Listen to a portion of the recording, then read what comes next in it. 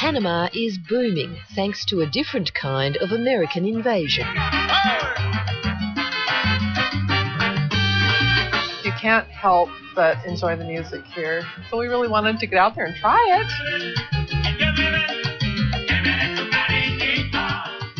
The music is everywhere.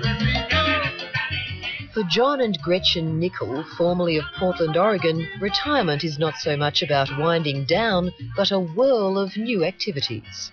So the opportunity came up, just somebody said, jump in. You want to come and try to learn? And we're trying. It's a challenge, but it's fun.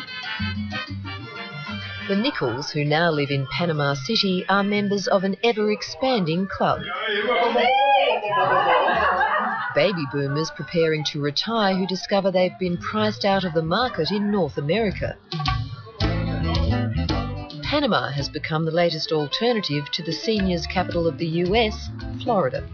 It's gotten very crowded in Florida. It's very, very, very, very expensive in Florida.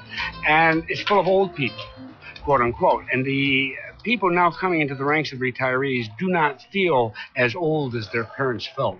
They don't feel as comfortable around people who've taken a lifestyle of doing absolutely nothing and just waiting effectively to pass away. When you come to Panama, you basically have three choices. You can live in the city, and you can live on the beaches or the islands, or you can live in the mountains. Your dog. Honey and Larry Dodge have chosen to settle in the newly established mountain community of Altos del Maria, about a 2-hour drive from the capital. We weren't terribly prepared for retirement, but we did want to retire early, and so we were able to retire considerably early by coming here. Part modern development, part mountainside village, Altos del Maria sits at a higher altitude with a cooler climate. For the Dodgers, who moved here from Montana 2 years ago, deciding on a place to spend their latter years became a full-on research project. I'm a professional sociologist, so you have to learn statistics, so I use statistical techniques. The climate, the crime rate, the population density, the distance from home, the economy. Panama kept popping up. It's estimated that up to 30,000 Americans are now living in Panama, enjoying a range of perks. There's no tax on foreign-earned income, and those who build or buy a new house pay no property taxes for 20 years. They actively want you here, and they want you here simply to spend money.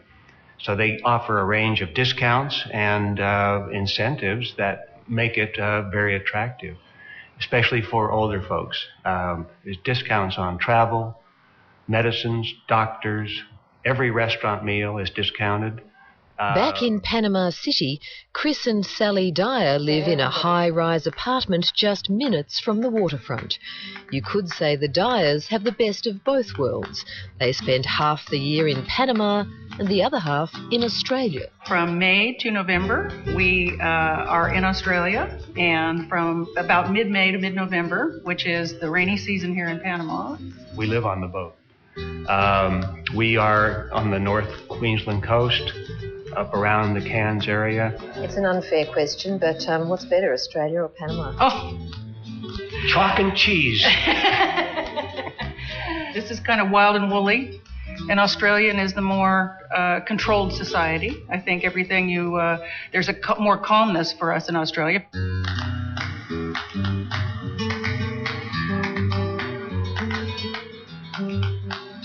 The arrival of the Americans is good news for property developers like Jose Byrne. This 27-storey apartment block on the city's waterfront is a year away from completion, but the units have already all been sold, mostly to North Americans. So how much of your business is now focused on catering to the foreigners who want to come here to live? Oh, I would say about 70%. It used to be that maybe we would get an international customer once every month 3 years ago. Now we get one every other day almost.